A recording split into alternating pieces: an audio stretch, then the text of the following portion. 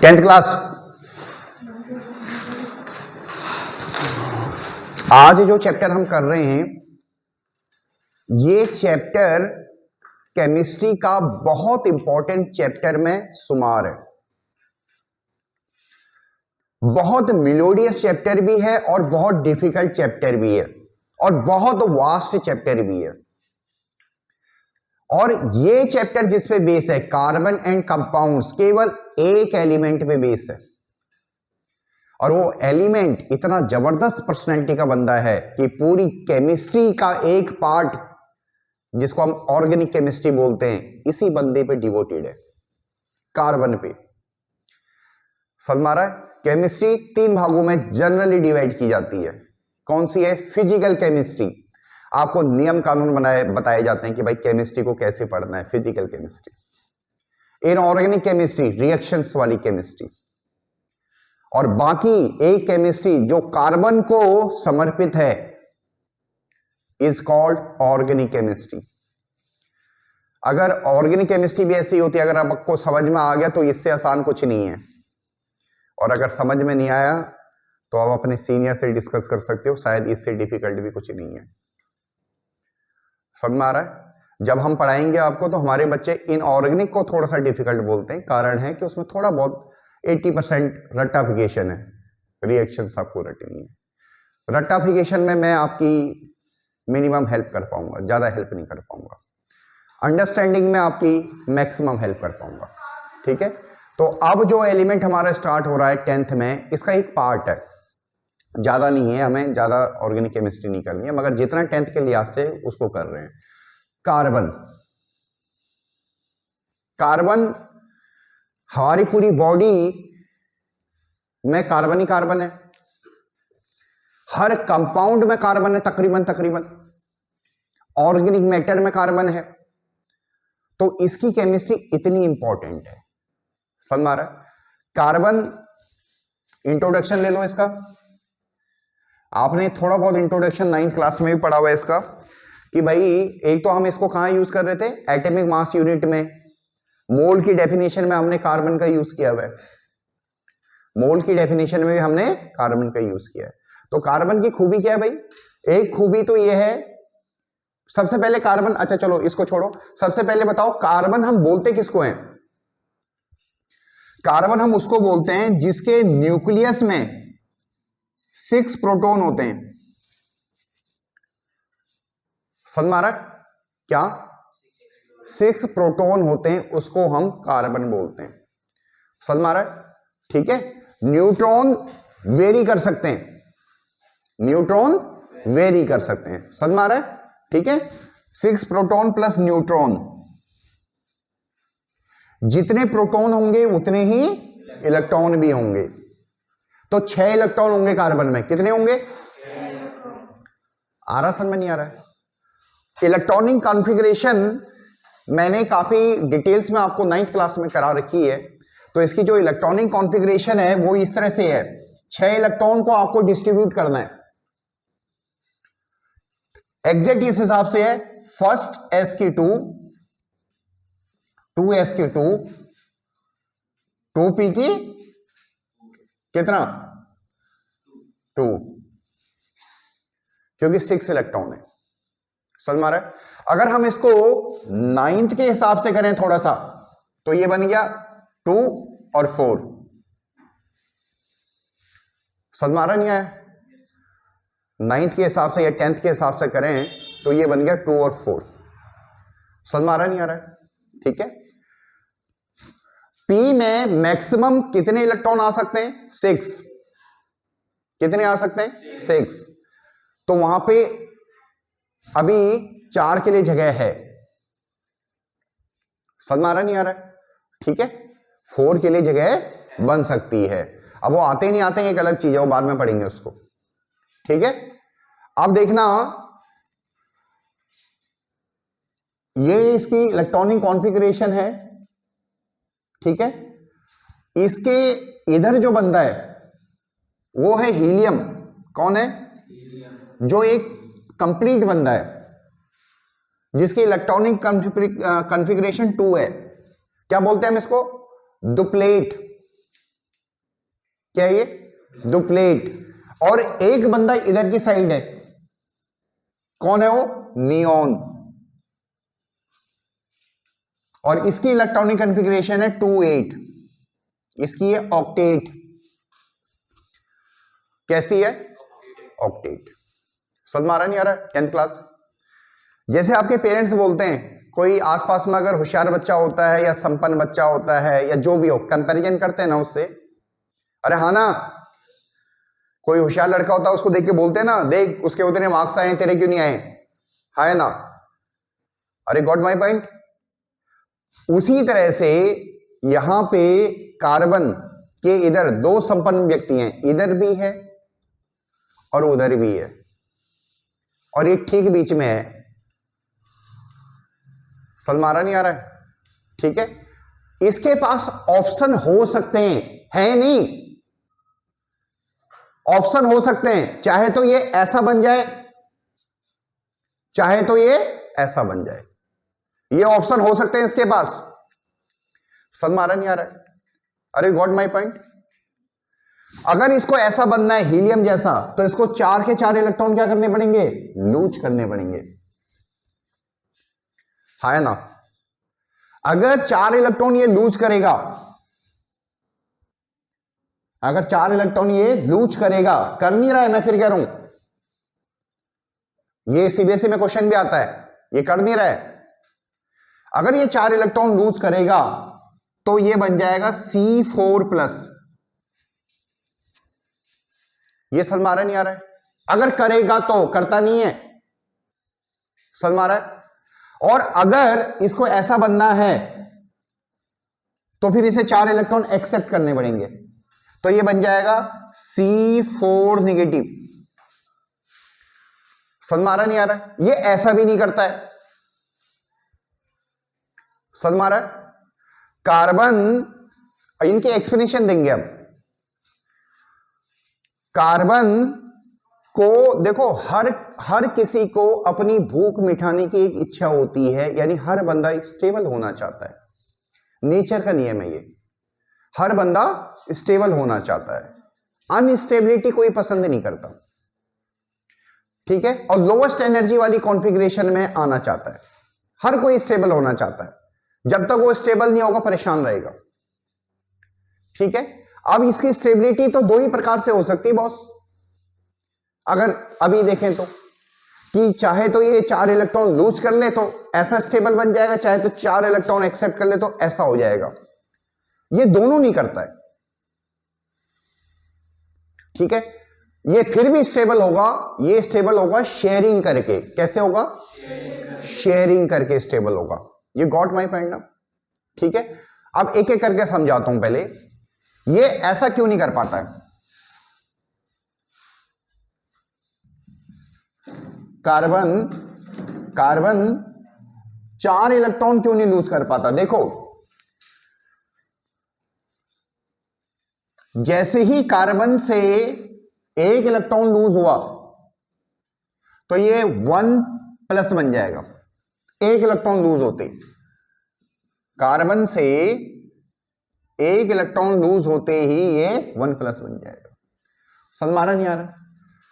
Electron lose करने में कितनी एनर्जी हमारी लग रही है, that is called your ionization energy. यानी उसको निकालने में किसी भी एटम के आउटर मोस्ट सेल से ग्राउंड स्टेट में, आइसोलेटेड स्टेट में एक इलेक्ट्रॉन को निकालने में जो एनर्जी लगती है उसको आयोनाइजेशन एनर्जी बोलते हैं। अभी आपको ज्यादा नहीं करना, बट इतना समझ लेना कि आउटर मोस्ट सेल से इलेक्ट्रॉन को निकालने में जो एनर्जी लगती है that is called your ionization energy. क्या बोलते हैं?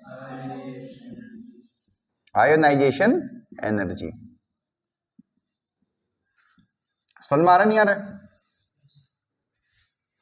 ठीक है, तो हमने 1 इलेक्ट्रॉन को निकाल दिया, अरे हाँ या ना? तो कुछ एनर्जी लगी। अब हमने फिर 1 इलेक्ट्रॉन को निकाल दिया, फिर कुछ एनर्जी लगी, हाँ या ना? देखो, यहां पहले से ही प्लस था, यहां पहले से ही प्लस था, यानी पहले से ही पॉजिटिव चार्ज ज्यादा है, और इलेक्ट्रॉन में क्या है, नेगेटिव चार्ज है। और पहले से जब प्लस चार्ज ज्यादा है और इलेक्ट्रॉन में नेगेटिव चार्ज है, तो इलेक्ट्रॉन को खींचने में और ज्यादा एनर्जी लगेगी। अरे हाँ या ना? तो इसका मतलब जो सेकंड आयनाइजेशन एनर्जी है ये तो बहुत ज्यादा है। अरे गॉट माय पॉइंट? दोबारा बता दो। पहले हमने कार्बन में से एक इलेक्ट्रॉन निकाला, उस टाइम पे जितने पॉजिटिव थे उतने ही नेगेटिव थे। अरे हाँ ना? तो इलेक्ट्रॉन को निकालने में जो एनर्जी लगी, जो भी लगी, और ये C+ आपका एक स्पीसीज बन गई। समझ में आ रहा है नहीं आ रहा है? अब आपने ये C+ से, क्योंकि ये सेटिस्फाई तो अभी भी नहीं हुआ, क्योंकि या तो ये 4 इलेक्ट्रॉन लूज करने वाली कंसेप्ट को हम समझ रहे हैं कि ये ऐसा क्यों नहीं कर पाएगा, है ना? अब C+ में से हमने एक और इलेक्ट्रॉन निकाल दिया। देखो अब ये C+ और C में डिफरेंस है। वहां वो न्यूट्रल बंदा था और यहां पे पॉजिटिव चार्ज ऑलरेडी उस पे है। समझ में आ रहा नहीं आ रहा है? और अब आप इससे एक इलेक्ट्रॉन खींच रहे हो, तो वो पॉजिटिव चार्ज जो एक्स्ट्रा है, वो जो इलेक्ट्रॉन को खींच रहे हो और ज्यादा अट्रैक्ट करेगा नहीं करेगा उस इलेक्ट्रॉन को? आया समझ में? समझ में आया नहीं आया?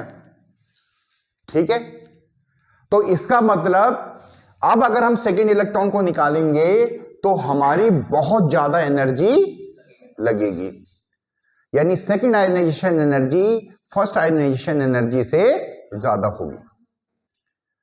ये पॉजिटिव चार्ज आप इसको ऐसे सिंपल में मत ले जाना। आप ये देखना, देखो ये हमारी बॉडी है ना, ये फोर्स ऑफ अट्रैक्शन इतना खतरनाक होता है इलेक्ट्रॉन प्रोटॉन इनका, कि अगर हमारी बॉडी में ये फोर्स ऑफ अट्रैक्शन नहीं होता तो फिर हम क्या होते हैं, नीचे लटक जाते हैं। भी अगेंस्ट ग्रेविटी काम कर रहा है। देखो ग्रेविटी हमारी बॉडी को क्या कर रही है, नीचे को खींच रही है। अरे हाँ या ना? ये सब हड्डी उड्डी जितनी भी है सब किससे बने हुए हैं, एटम से तो बने हुए हैं भाई, एटम से बने हुए हैं। मगर वही रिपल्सन इलेक्ट्रॉन के बीच का, प्रोटॉन के बीच का, वो तो रिपल्सन इतना तकड़ा है कि ये हमारी बॉडी को अगेंस्ट ग्रेविटी कोलैप्स नहीं होने देती। आ रहा समझ में नहीं आ रहा है? ठीक है, तो electromagnetic force is so strong. ठीक है, क्लियर है? अब मतलब जो बच्चे सोच रहे हैं कि एक इलेक्ट्रॉन निकलने से क्या होगा, उसको ऐसे मत ले जाना। It is very strong force. ठीक है, अब ये अभी भी सेटिस्फाई नहीं हुआ। अब हम अगर हमें तीसरा इलेक्ट्रॉन निकालना है तो 2+ वाले से निकालना पड़ेगा, हाँ या ना? तो अब ये तीसरे इलेक्ट्रॉन को खींचने में तो और हालत खराब हो जाएगी, हाँ या ना? यस? अरे सभी को समझ में आ रहा है नहीं आ रहा है? ठीक है, नहीं आ रहा समझ में? ये ठीक है, यानी थर्ड आयनाइजेशन एनर्जी पिछली 2 आयनाइजेशन एनर्जी से भी ज्यादा है। अब अभी भी सेटिस्फाई नहीं हुआ तो हमें थर्ड वाले से भी एक इलेक्ट्रॉन निकालना पड़ेगा भाई। अब इसको फोर्थ बनाने के लिए, यानी ये चारों आयनाइजेशन एनर्जी का जो सम है ये बहुत ज्यादा है। क्या है? बहुत ज्यादा है। ठीक है, और प्रैक्टिकली इतनी आयनाइजेशन एनर्जी देना, उस एटम को देना पॉसिबल नहीं है। इसलिए कार्बन C4+ नहीं बनाता है। ये क्या C4+ क्यों नहीं बनाता है? आप बोलोगे क्योंकि 4 इलेक्ट्रॉन को निकालने में बहुत ज्यादा एनर्जी रिक्वायर्ड है, इसलिए कार्बन 4+ नहीं बनाता है। और थोड़ा सा टेक्निकली अच्छा लिखना चाहते तो लिखोगे sum of 4 ionization energy is very high for carbon, so it is very very difficult to lose all 4 electron. समझ में आ रहा नहीं आ रहा है? 4 इलेक्ट्रॉन को खोना कार्बन के लिए बहुत बहुत डिफिकल्ट हो जाएगा, क्योंकि चारों आयनाइजेशन एनर्जी क्या जुड़ के क्या हो जा रही है, बहुत ज्यादा हो जा रही है। अरे गॉट माय पॉइंट नाउ? ये समझ में आ रहा नहीं आ रहा है? क्लियर है? अब ये वाला पार्ट तो हो गया, ये समझ में आ गया सभी को है, ठीक है, ये क्वेश्चन भी आता है। अब अगला क्वेश्चन ये है कि कार्बन C4 नेगेटिव बनाने में क्या दिक्कत है। मैंने इसको थोड़ा सा मिटा दूं, रब कर दूं,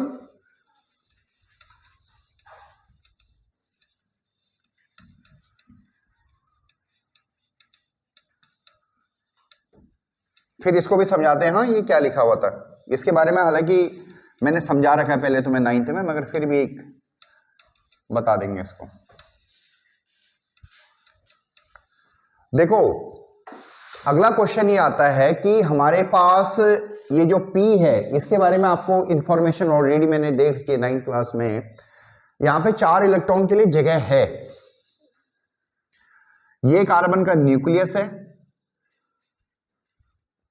और ये 2 इलेक्ट्रॉन आ चुके हैं यहां पे, अगले 2 इलेक्ट्रॉन भी आ चुके हैं और 4 के लिए हमारे पास जगह है।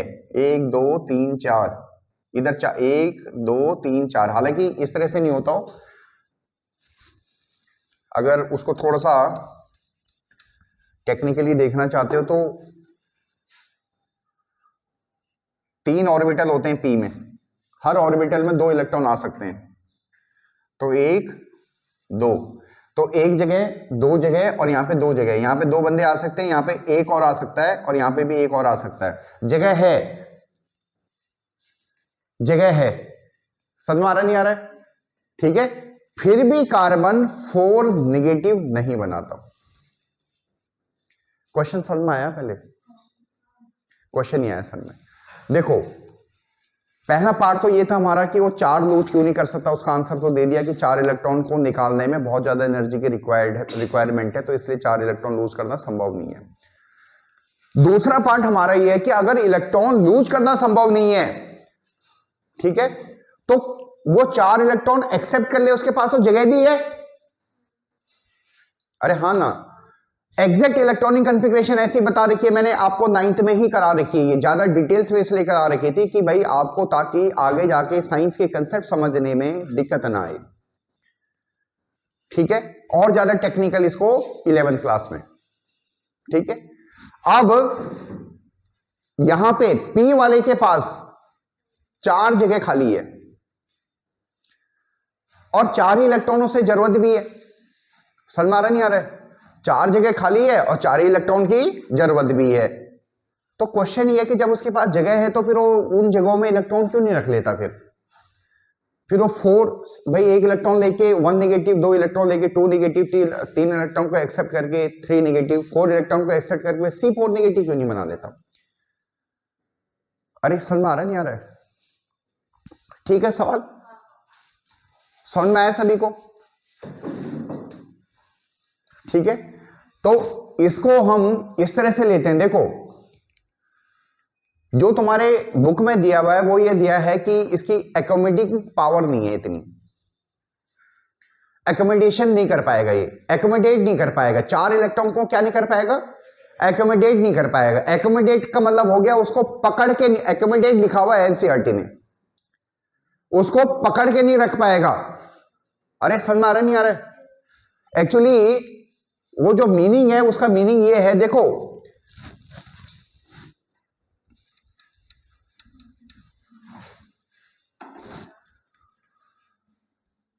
यहां पे तो 6 प्रोटॉन है ना, यानी 6 पॉजिटिव चार्ज है ना। अरे हाँ ना, 6 पॉजिटिव चार्ज है। हमारे पास 6 इलेक्ट्रॉन तो ऑलरेडी है, तो पॉजिटिव निगेटिव में कुछ अट्रैक्शन हो रहा होगा। अरे हाँ या ना, हो रहा होगा ना। अब अगर हमने 4 इलेक्ट्रॉन इसमें और डाल दिए तो उन 4 इलेक्ट्रॉन के लिए भी, उन 4 इलेक्ट्रॉन्स के लिए भी इस न्यूक्लियस का अट्रैक्शन होना चाहिए, होना चाहिए नहीं होना चाहिए? अरे तभी तो उनको पकड़ के रखेगा वो, है ना, ठीक है। तो जो ये कह रहा है वो ये कह रहा है कि भाई ये अट्रैक्शन ज्यादा नहीं बन पाता है। कारण 2, एक तो प्रोटॉन की संख्या कम है, दूसरा थोड़ा सा जो अंदर के इलेक्ट्रॉन है वो उसे रिपेल भी करते हैं। क्या करते हैं? रिपेल भी करते हैं। समझ मारा नहीं आ रहा है? तो इसको सम टोटल करके 10th क्लास में सीबीएसई ने क्या लिखा हुआ है या एनसीईआरटी ने क्या लिखा हुआ है कि उसकी एक्यूमुलेटिंग पावर न्यूक्लियस की है नहीं। समझ मारा है? बहुत डिटेल्स में कराया है। C4 नेगेटिव, ये एनसीईआरटी में नहीं दे रखा पूरा क्या? एक तो पहले तो जगह है, कार्बन के पास 4 इलेक्ट्रॉन एक्सेप्ट करने की जगह है। समझ मारा है? वो फिर भी एक्सेप्ट नहीं कर पाता है। कारण क्या? कि जो एक्यूमुलेटिंग पावर है यानी एक्यूमुलेशन वो कर नहीं पाता। क्यों नहीं कर पाता है? क्योंकि उसके न्यूक्लियस में एक तो 6 ही प्रोटॉन है, तो वो अट्रैक्शन बन नहीं पाता आउटर मोस्ट इलेक्ट्रॉन के लिए। समझ मारा है? और एक इनर मोस्ट इलेक्ट्रॉन भी जो कमिंग इलेक्ट्रॉन है उसको क्या करते हैं? रिपल्सन करते हैं। तो वो सम टोटल एक्यूमुलेशन नहीं हो पाती है। आया समझ में? नहीं आया? अब कार्बन के पास एक ही ऑप्शन है। देखो फिर अपने आप को सेटिस्फाई तो करना ही है ना, है ना? ठीक है, तो आप कार्बन के पास एक ही ऑप्शन है। क्या ऑप्शन है? शेयरिंग। कार्बन अपनी रिक्वायरमेंट शेयरिंग करके पूरी कर देता है। जैसे कई नालायक बच्चे होते हैं। कैसे बच्चे होते हैं? तेज आवाज में बोलो, यूट्यूब पे भी आने चाहिए। कैसे बच्चे होते हैं? मगर उनको उनकी रिक्वायरमेंट क्या है? 10वीं में पास होना। क्या है? क्या है? अब वो भाई देखो, या तो अपने दिमाग से काम करें, है ना? अरे हाँ या ना? तब उनकी रिक्वायरमेंट पूरी हो जाएगी। ठीक है, या फिर उनके पास दूसरा ऑप्शन होता है नकल मारने का। आ रही हो समझ में? ठीक है भाई, अपनी जरूरत तो पूरी करनी है ना।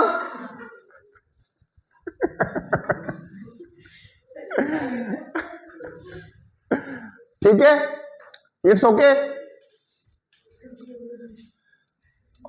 आप देखो बालकों,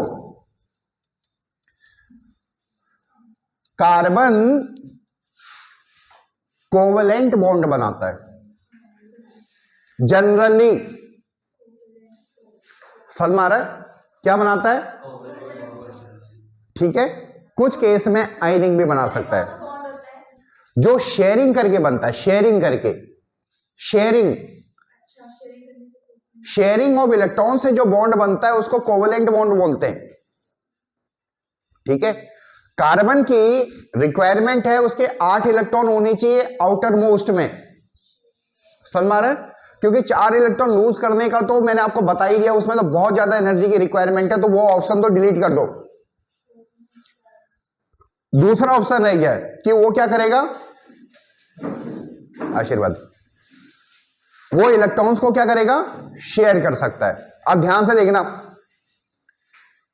अरे बालक,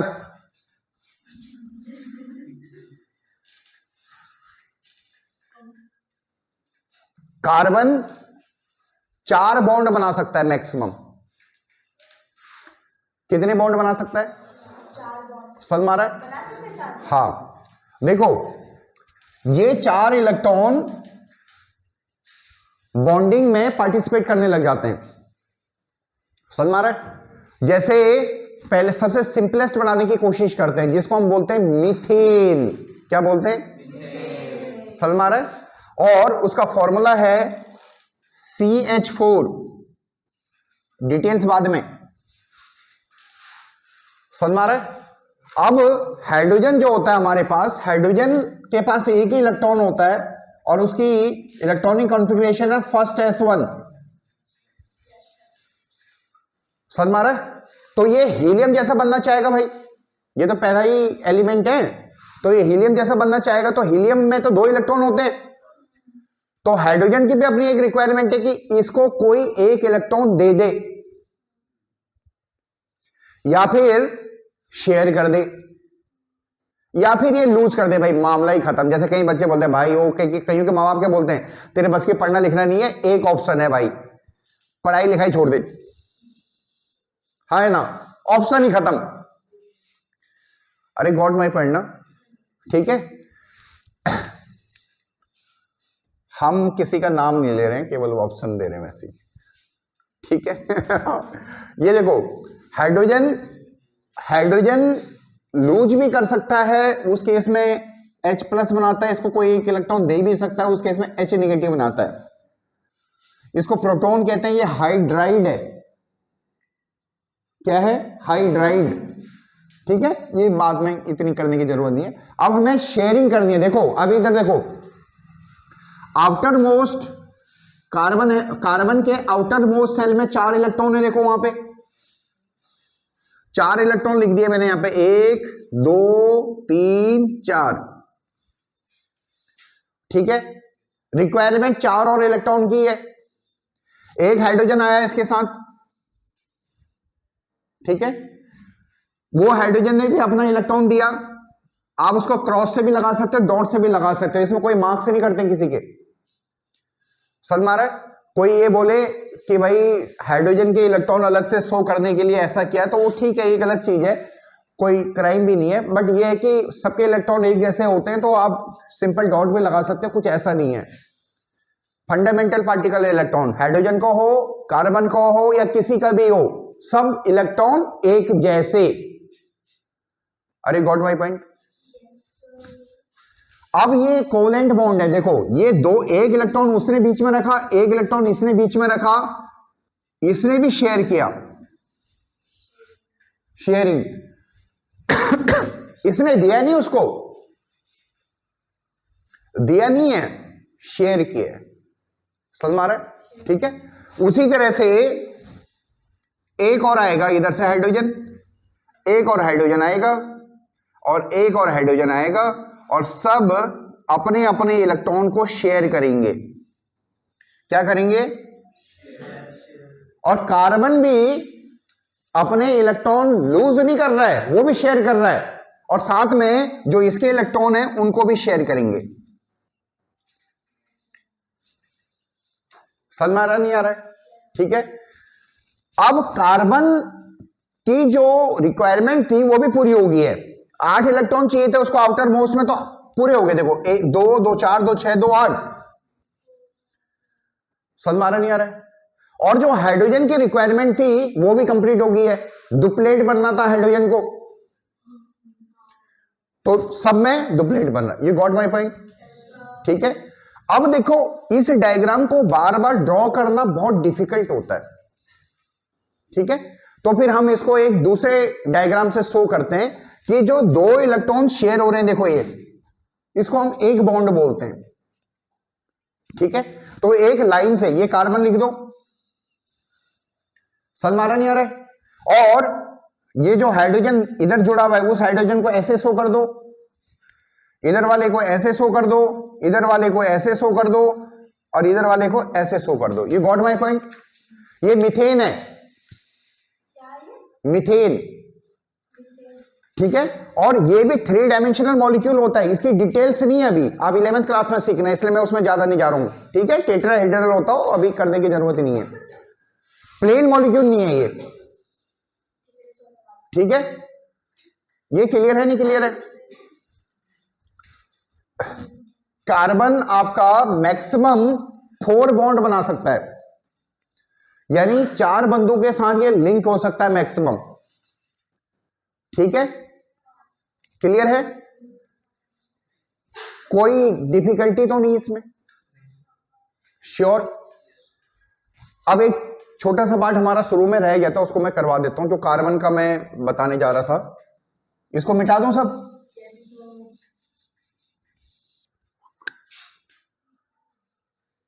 कार्बन के पूरी डिटेल्स देख लो। कार्बन के आइसोटॉप है 3।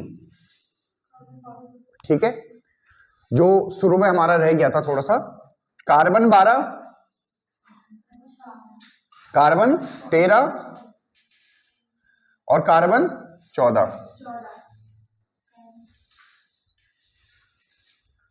समझ में आ रहा नहीं आ रहा? ठीक है, इसमें प्रोटॉन की संख्या 6, इसमें भी 6, इसमें भी 6, ऐसे भी लिखते हैं C6। ऊपर मास नंबर 12, यानी इसमें न्यूट्रॉन की संख्या कितनी है? 12 - 6 यानी 6। ठीक है, यहां पे प्रोटॉन की संख्या 6 है, प्रोटॉन प्लस न्यूट्रॉन की संख्या कितनी है? 13। तो आपके न्यूट्रॉन कितने आ गए? 7 आया समझ में नहीं आया? ठीक है, हाँ ये 13, ठीक है, क्लियर है। यहां पे C6 और यहां पे कितने हो गए? 8 न्यूट्रॉन। अरे ठीक है, ठीक है, ये समझ है, वो सिंबल लिखने का तरीका है, ठीक है। इसलिए मैंने जब कार्बन शुरू में बनाया था तो उसमें मैंने न्यूट्रॉन की संख्या नहीं बताई थी। वैसे बाय डिफॉल्ट हम इस कार्बन 12 को ही लेते हैं अपनी स्टडी में। कार्बन 13 बहुत कम अमाउंट में अवेलेबल है और कार्बन 14 क्या है ये, जैसे कुछ बच्चे बड़े बदतमीज होते हैं तो वो कैसे होते हैं? रेडियो एक्टिव होते हैं, समझ में आ रहा है? ठीक है, वो क्या कर देते हैं? क्लास को खराब कर देते हैं। अरे हाँ ना, रेडियो एक्टिव।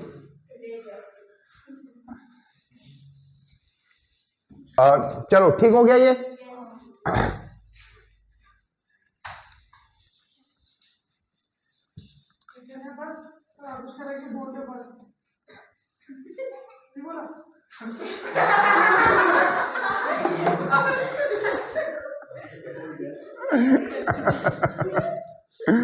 अच्छा चलो ठीक है, आज का समझ में आया वैसे इतना, यहीं पे स्टॉप कर दे।